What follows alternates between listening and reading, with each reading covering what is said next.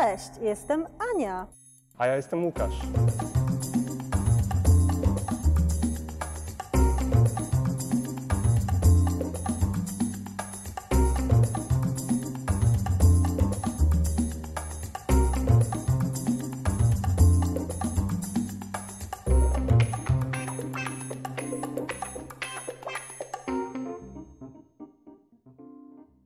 Dzisiaj opowiem Wam o tym, jak prefiksy zmieniają znaczenie czasowników ruchu. A więc na przykład, jeżeli mamy czasownik iść, albo jechać, albo jeździć, albo chodzić i jeszcze kilka innych, które oznaczają, że się przemieszczam, czyli się poruszam i dodam do tych czasowników, które już bardzo dobrze znacie, prefiksy, to zmieni się ich znaczenie. Zobaczcie, na przykład mamy czasownik przejść. On jest zbudowany na bazie czasownika, który bardzo dobrze znacie, a więc iść. Jeżeli pamiętacie, jak odmienia się czasownik iść, a więc ja idę, ty idziesz, on idzie, my idziemy, wy idziecie i oni idą, to bardzo łatwo odmienicie też ten czasownik, bo będzie to a więc przepisuję prefiks, przeidę, idę zamienia się w j, i końcówka jest taka sama. Ja przejdę, ty przejdziesz, on przejdzie, my przejdziemy, wy przejdziecie i oni przejdą. I teraz nie będziemy mówili dzisiaj o gramatyce tych czasowników, czyli o odmianie, tylko powiedziałam Wam troszeczkę, żebyście wiedzieli, w którym kierunku iść, ale powiemy sobie o znaczeniu. I poza tym, że zaraz wyjaśnię znaczenie tych kilkunastu czasowników, to jeszcze opowiem Wam bardzo ciekawą historię, która spotkała Łukasza.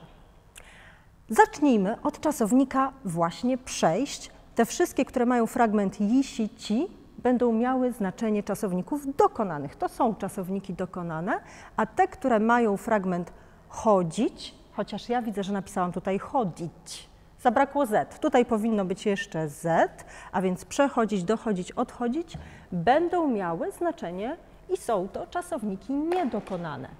I teraz zobaczmy sobie pierwsze znaczenie. Przejść, dziękuję bardzo za marker, Łukaszu, a więc już dopiszemy tutaj z, żeby nie było błędu. OK.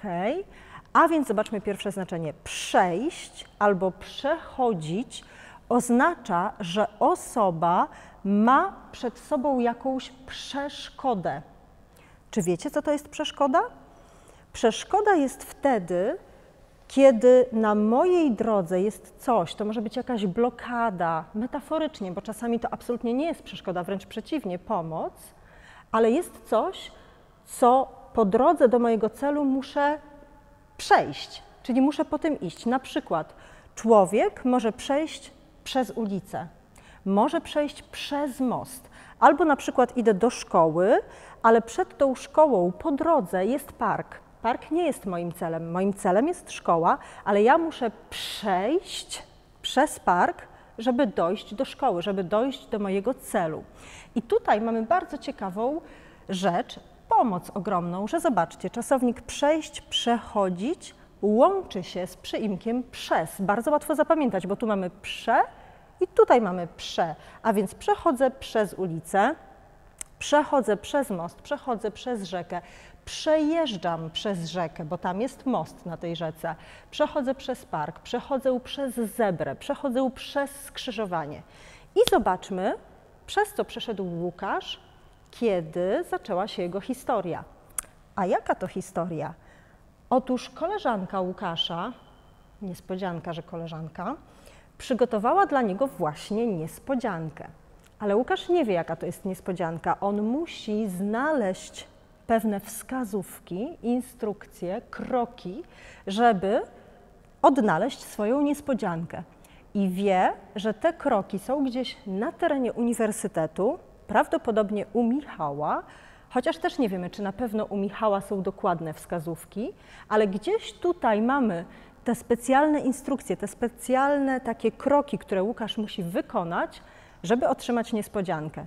I zobaczmy, co stało się najpierw. Łukasz przyjechał na uniwersytet i zobaczcie, właśnie przechodzi przez ulicę. Widzicie? Jest Łukasz, jest ulica. Ta ulica jest po drodze do jego celu, więc Łukasz przechodzi przez ulicę. Dobrze. Przejdźmy do kolejnego czasownika. Mamy tutaj czasownik dojść, dochodzić, czyli zobaczcie, to prze usunęliśmy, zostało ci i dodaliśmy do. Dojść, dochodzić. Kolejna świetna informacja, że przyimek jest także do, a więc taki sam jak prefiks. I co to znaczy?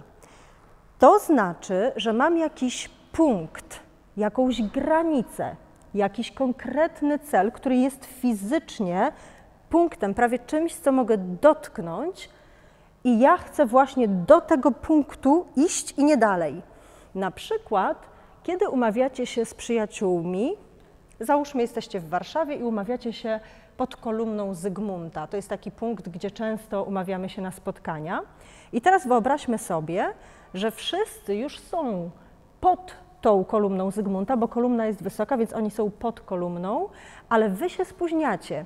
I dzwoni do was jedna z tych osób i pyta: o, cześć Aniu, gdzie jesteś? Ja mówię: przepraszam, już dochodzę, czyli za moment osiągnę ten punkt, tę granicę, którą tworzy kolumna i ten czasownik, który opisuje moją akcję, to przemieszczanie się moje, to będzie właśnie dojść do albo dochodzić do. I teraz zobaczmy, co zrobił Łukasz po przejściu przez ulicę. Jak widzicie, przeszedł przez ulicę i dochodzi właśnie teraz do uniwersytetu. Nie może wejść. Bo Łukasz nie ma karty, żeby wejść do środka, a więc na razie, jak widzicie, tylko doszedł do drzwi i zobaczymy, co będzie dalej. Przejdźmy teraz do czasownika odejść. Czasownik odejść jest właściwie odwrotny do czasownika dojść. Zobaczcie, mamy tutaj D, literka pierwsza, O druga, a tu jest odwrotnie. Ta, która była drugą, staje się pierwszą i ta, która była pierwszą, staje się drugą, a więc do i odwraca się. A więc mamy znowu jakąś granicę fizyczną, jakiś punkt, jakieś miejsce, jakąś ścianę czy kolumnę, wszystko jedno. I byliśmy już przy tym punkcie, ale teraz zdecydowaliśmy się, żeby pójść w drugą stronę, czyli ruch jest w przeciwną stronę niż to było przy czasowniku dojść do. I uwaga, dzisiaj mówimy tylko o dosłownym znaczeniu czasowników ruchu, bo na przykład czasownik odejść metaforycznie oznacza też taką sytuację, kiedy para jest ze sobą, ale to nie jest dobra para, więc któraś z tych osób decyduje się, żeby odejść jedna od drugiej. Ale dzisiaj nie mówimy o tych metaforach, mówimy o dosłownym znaczeniu. Więc zobaczmy teraz, co robi Łukasz po tym, jak doszedł do drzwi uniwersytetu i zauważył, że nie może wejść. Jak widzimy, Łukasz odszedł od drzwi i ja myślę, że on zadzwoni zaraz do Michała, bo Michał powinien być w swoim biurze na uniwersytecie i prawdopodobnie otworzy mu te drzwi. Zobaczymy, czy tak się stanie. A teraz zobaczmy kolejny czasownik. Rzeczywiście Łukasz pewnie zadzwoni do Michała, a Michał ma swoje biuro na górze. Więc jeżeli chciałby pomóc Łukaszowi, ale zobaczymy, czy tak będzie, czy nie, bo na razie nie wiemy, co się dzieje w tym naszym filmie, to jeżeli mamy jakiekolwiek schody albo jesteśmy gdzieś na górze, to nie muszą być też fizyczne schody, to może być po prostu góra, ale my jesteśmy tam wysoko i chcemy być na dole, to my musimy zejść. Albo w formie niedokonanej schodzić. Na przykład babcia jest schorowana i długo schodzi po schodach. Ale jeżeli sytuacja jest, kiedy używam czasownika dokonanego, to na przykład powiem: zejdziesz do mnie? Chodź proszę na dół, tak? A więc zobaczcie, zejść, schodzić oznacza przemieszczanie się obiektu z góry na dół. I teraz zobaczmy, co tam u Łukasza. Tak naprawdę wcale nie widzimy od razu Łukasza, bo Łukasz chyba cały czas czeka przed drzwiami. Widzimy Michała, który właśnie schodzi po schodach na dół, żeby otworzyć Łukaszowi drzwi. Myślicie, że Łukasz znajdzie swoją niespodziankę na uniwersytecie? Macie pomysły, co to może być? Ja też nie wiem. Zobaczymy. Przejdźmy do kolejnego czasownika. Kolejny czasownik to wejść, wchodzić, uwaga, nie wy, tylko do, czyli jest inaczej niż to było wcześniej, że mamy prefiks i przyimek jest taki sam jak prefiks. Tutaj jest inna sytuacja. I co oznacza? Wejść, wchodzić oznacza, że właśnie przemieszczam się do środka jakiegoś obiektu, domu, szkoły, uniwersytetu. Wchodzę do środka, czyli muszę przejść przez drzwi. Kiedy wracam do domu, otwieram drzwi i wchodzę do domu, czyli przekraczam tę granicę i będę w środku. No i teraz zobaczmy, co tam się dzieje u Łukasza. Michał otworzył Łukaszowi drzwi i widzicie teraz? Łukasz właśnie wchodzi do środka. Jest już na uniwersytecie. Jak widzimy dalej, Łukasz i Michał rozmawiają. Ja myślę, że Michał zna jakieś sekrety związane z tą niespodzianką, no ale niestety nie możemy ich usłyszeć. Aha, jeszcze chwilę rozmawiają. No i właśnie teraz każdy idzie w swoją stronę, a więc co oni robią? Już Wam mówię, przechodzimy do następnego czasownika. Ten czasownik to rozejść się, rozchodzić się.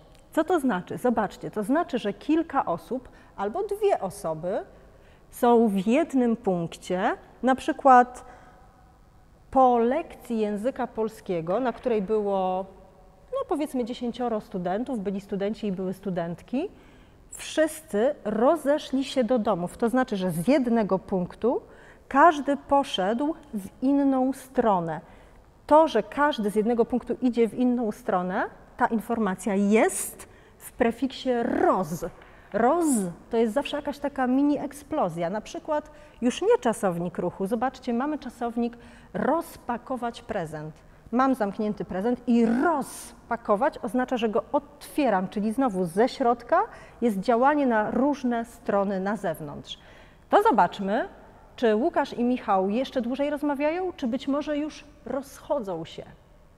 No i jak tam? Jeszcze chwilkę widzę, porozmawiali i rozeszli się, czyli każdy z nich poszedł w swoją stronę. Być może Michał powiedział Łukaszowi, że na początku musi szukać jakichś wskazówek tutaj na dole, a dopiero potem powinien pójść na górę. Nie wiem, zobaczymy, ale zobaczcie, oni rozeszli się, każdy poszedł w swoją stronę.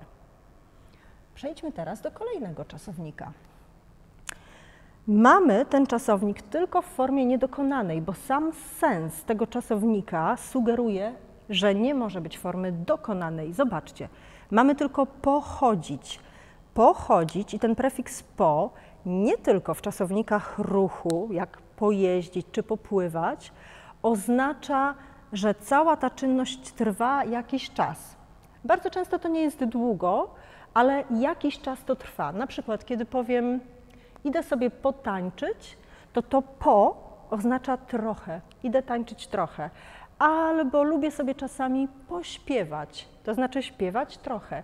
I w tym przypadku z czasownikiem ruchu pochodzić, na przykład pochodzić po parku, czy pochodzić po pokoju, po korytarzu, oznacza chodzić trochę, jakiś czas, zazwyczaj niedługi. No to zobaczmy, co robi Łukasz w poszukiwaniu swojego skarbu. No właśnie Łukasz widzimy, że sobie tutaj troszeczkę pochodził po korytarzu, ale chyba nic nie znalazł. Wobec tego przejdźmy do następnego czasownika. Ten następny czasownik to obejść. Obejść, obchodzić. Ja bardzo lubię ten czasownik, powiem Wam dlaczego. Bo Wy go bardzo łatwo zapamiętacie. Zobaczcie, jeżeli mam tutaj o, to o, ta litera graficznie sugeruje ruch, który muszę zrobić. To jest prawie jak litera o, bo obejść to znaczy iść dookoła jakiegoś obiektu. Na przykład obejść drzewo. Albo kiedy chciałam wsiąść do samochodu, nie mogłam iść bezpośrednio do tego samochodu, bo inny samochód był źle zaparkowany i musiałam go obejść, żeby dojść do swojego samochodu. Oczywiście to nie musi być takie pełne koło, to może być fragment, na przykład mój samochód stoi tam, więc tu już kawałek musiałam obejść tego innego samochodu, ale jest coś takiego podobnego do litery O. No to popatrzmy, Łukasz sobie trochę pochodził i co on robi teraz? Łukasz obchodzi drzewo. Czy on wejdzie na drzewo? Wejdzie, czyli to oznacza pójdzie do góry. Te drzewa nie są takie duże, a Łukasz to duży chłopak, więc miejmy nadzieję, że nie, ale zobaczymy. Przejdźmy teraz do następnego czasownika. Kolejny czasownik to odwrotność czasownika zejść, schodzić, czyli tutaj z góry na dół, a teraz z dołu na górę. Mamy wejść i wchodzić. I teraz zobaczcie, to jest dokładnie ten sam czasownik, który oznacza wejście do środka. Tak samo na górę, jak i do środka możemy wejść, możemy wchodzić.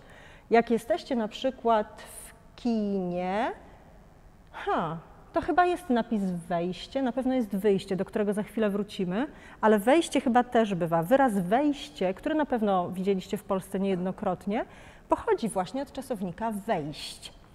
No i teraz zobaczmy, czy Łukasz wszedł na drzewo. Na szczęście nie. Aha, przeczytał w instrukcji, że musi wejść na górę. Podejrzewam, że musi iść do Michała. No to zobaczcie. Właśnie wchodzi po schodach, a więc idzie z dołu na górę, wchodzi. A kiedy już będzie na samej górze, to powiem, on właśnie wszedł, bo to już jest koniec akcji, czasownik dokonany. Wszedł na górę. I teraz możemy sobie pomyśleć, o Boże, wejść, a potem jeszcze czasownik wyjść, który powiem za chwilę, co oznacza, ale one są takie różne. Na razie zapamiętajcie, jeżeli po W jest litera E i mamy alfabet A, B, C, D, E, jest w miarę na początku, to znaczy, że moja akcja dopiero się zaczyna, a więc wejść to jest początek jakiejś sytuacji, to jest zawsze do środka, na górę, po coś, w jakimś celu. Coś tam się będzie działo, bo E jest na początku alfabetu. Za chwilę wrócę do tego porównania, które może Wam pomóc w zapamiętaniu tych czasowników. No dobrze, mamy kolejny czasownik przyjść, przychodzić, uwaga, do. A więc tu już to przy nam nie zadziała jako prefiks, który ma swoje powtórzenie w pewnym sensie w przyimku. I co to znaczy przyjść? Przyjść oznacza, że idziemy albo do czyjegoś domu, albo biura, albo miejsca, gdzie ta osoba często przebywa. Też możemy na przykład przyjść do szpitala, kiedy kogoś odwiedzamy, a więc to, co jest najważniejsze i co odróżnia czasownik przyjść od czasownika wejść, to fakt, że kiedy mówię o przyjściu, to mam na myśli, że robię to ze względu na jakąś osobę, która jest w środku, a nie na miejsce. Bo mogę sobie wejść do domu, ale mogę przyjść do koleżanki, czyli idę do domu koleżanki i wiem, że ta koleżanka tam na mnie czeka.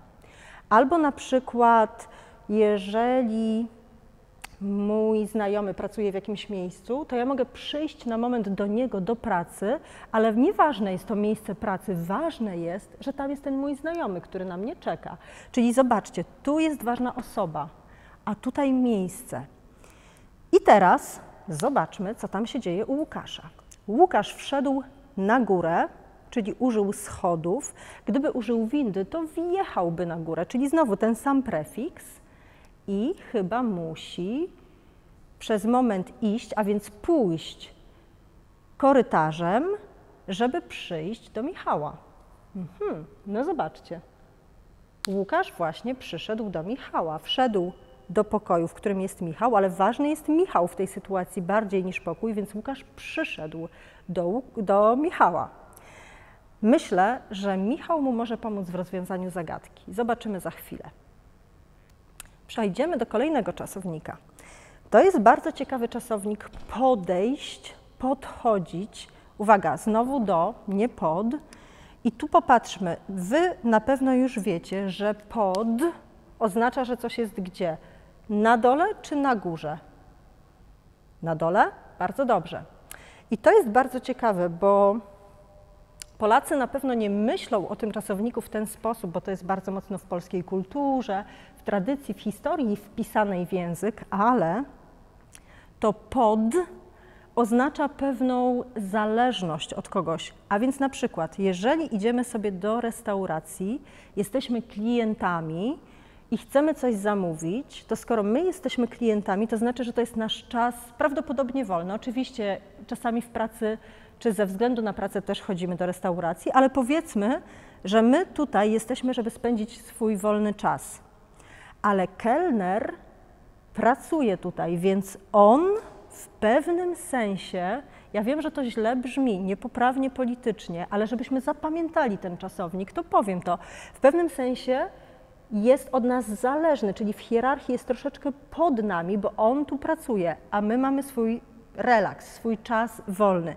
A więc kelner podchodzi do stolika czy do klienta, ale też w innych sytuacjach. Zobaczcie, na przykład, jeśli byliście w polskim urzędzie, to być może albo w banku, w którymś momencie pani czy pan, który tam siedzi w okienku, mówi: proszę podejść. Czyli wy idziecie do tej osoby, która jest w tym momencie w swojej pracy, ale nasze sprawy od niej zależą, więc oni są trochę nad nami, to my podchodzimy, możemy podejść, czy musimy podejść do tej osoby.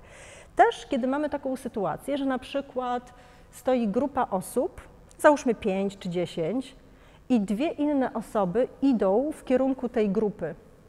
I teraz te dwie osoby, bo jest ich mniej, tylko dlatego, że jest ich mniej, będą w pewnym sensie trochę niżej niż te, które są w większej grupie, tylko ze względu na liczbę osób. To te dwie osoby właśnie podchodzą do grupy znajomych. Rozumiemy? Pod oznacza, ale nikt o tym tak nie myśli, ale żebyśmy to zapamiętali, zrozumieli pewną hierarchię i osoba, która podchodzi, jest troszeczkę pod w hierarchii osobą, do której podchodzi. No to zobaczmy, jak to wygląda u Łukasza. No Michał sobie siedzi przy biurku, jest zdecydowanie u siebie, on rządzi tutaj w tym pokoju, a Łukasz ma do niego jakąś sprawę, czyli chce coś załatwić, a więc zobaczcie, Łukasz właśnie podchodzi do Michała. Widzicie? Łukasz jest tutaj zależny od Michała, bo Michał ma coś dla niego, a więc właśnie podszedł do biurka, przy którym siedzi Michał. No dobrze. Przejdźmy teraz do następnego czasownika, do czasownika wyjść.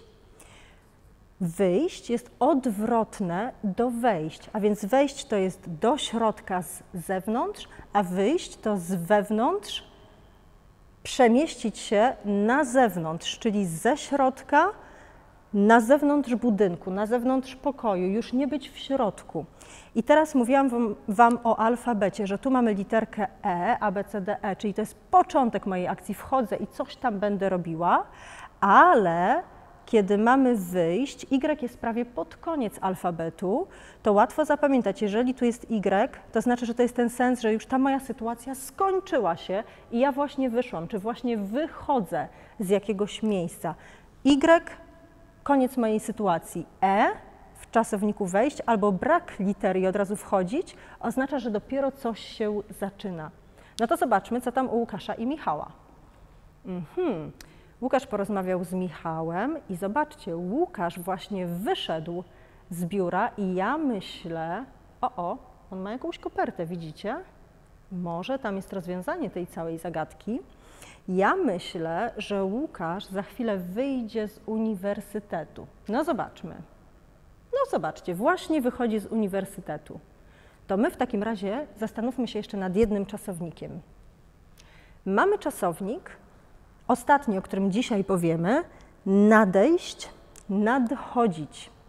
Ten czasownik ma kilka znaczeń, ale najważniejsze z tych, o których dzisiaj chcę powiedzieć, to to, że oznacza albo różne fenomeny pogodowe, na przykład nadchodzi burza albo nadchodzi wichura i mamy komunikaty, proszę nie wychodzić z domu, nadchodzi sztorm i tak dalej, ale też możemy mówić o porach roku.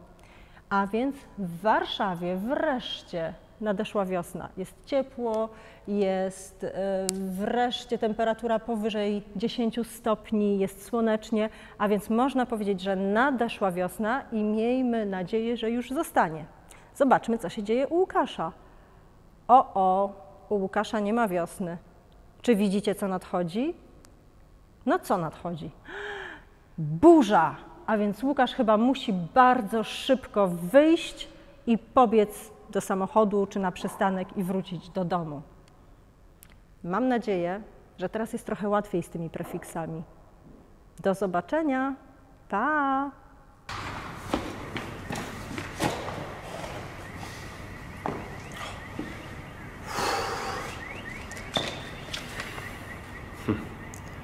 A czy wy wiecie, co jest na tej kartce? Ja się tego nie spodziewałem.